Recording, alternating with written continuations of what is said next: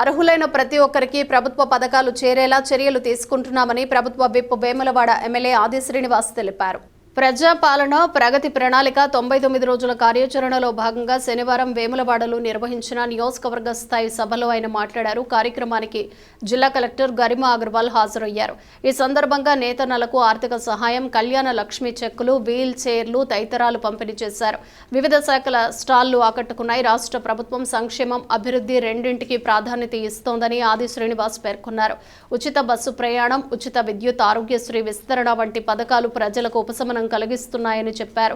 Collector Garima Agarwal మాట్లాడుతూ జిల్లాలో వివిధ శాఖల ఆధ్వర్యంలో విస్తృతంగా కార్యక్రమాలు నిర్వహిస్తున్నామని, ఆరోగ్యం, విద్య, పారిశుద్ధ్యం రంగాల్లో ప్రత్యేక చర్యలు తీసుకుంటున్నామని తెలిపారు.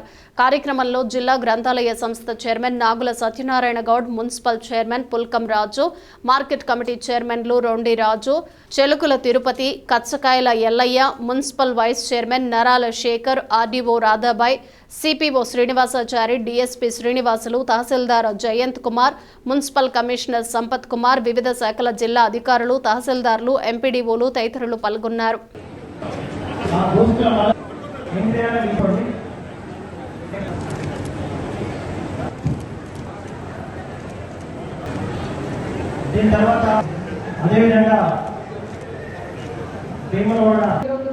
అనేక సమస్యలు, ఆరోగ్యం కావచ్చు, విద్య కావచ్చు, సైబర్ ఎట్లా పేరెంటింగ్ చేయాలి, వాళ్ళు ఫ్యూచర్ ఏ విధంగా దిశానిర్దేశం చేయాలనే అనేక అంశాలతో 202 గ్రూప్స్ క్రియేట్ చేయడం జరిగింది.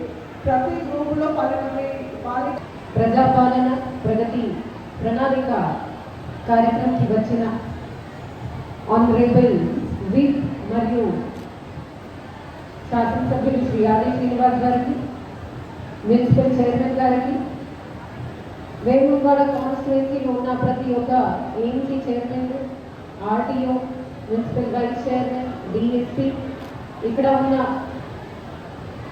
అందరు వార్డ్ సభ్యులు, సర్పంచ్లు, మా డిస్ట్రిక్ట్ ఆఫీసర్స్ అందరం, మండల్ లెవెల్ అధికారులు, ఇక్కడికి వచ్చిన ప్రెస్ మిత్రులు, మోస్ట్ ఇంపార్టెంట్లీ వేములవాడ నియోజకవర్గం, ప్రత్యేకమైన మా నేబరింగ్ జిల్లా జగత్యాల నుంచి వచ్చిన కూడా ప్రతి ఒక్క జనానికి స్వాగతం, సుస్వాగతం, నమస్కారం. 3rd మార్చ్ రోజు ఆనరేబుల్ సీఎం గారు సభ. దీంతో ఇప్పటివరకు మనము ఈ గవర్నమెంట్ కానీ పరిపాలన ద్వారా ఎన్ని ఇందిరమ్మ ఇల్లు శాంక్షన్ చేశాము, ఎంతమంది రైతులకి రైతు రుణమాఫీ, రైతు భరోసా ఇవ్వడం జరిగింది, ఎన్ని కొత్త రేషన్ కార్డ్స్ ఇవ్వడం జరిగింది. ఇప్పుడు ప్రతి ఒక్క రేషన్ షాప్లో సన్న రకం బియ్యం ఇస్తున్నాము.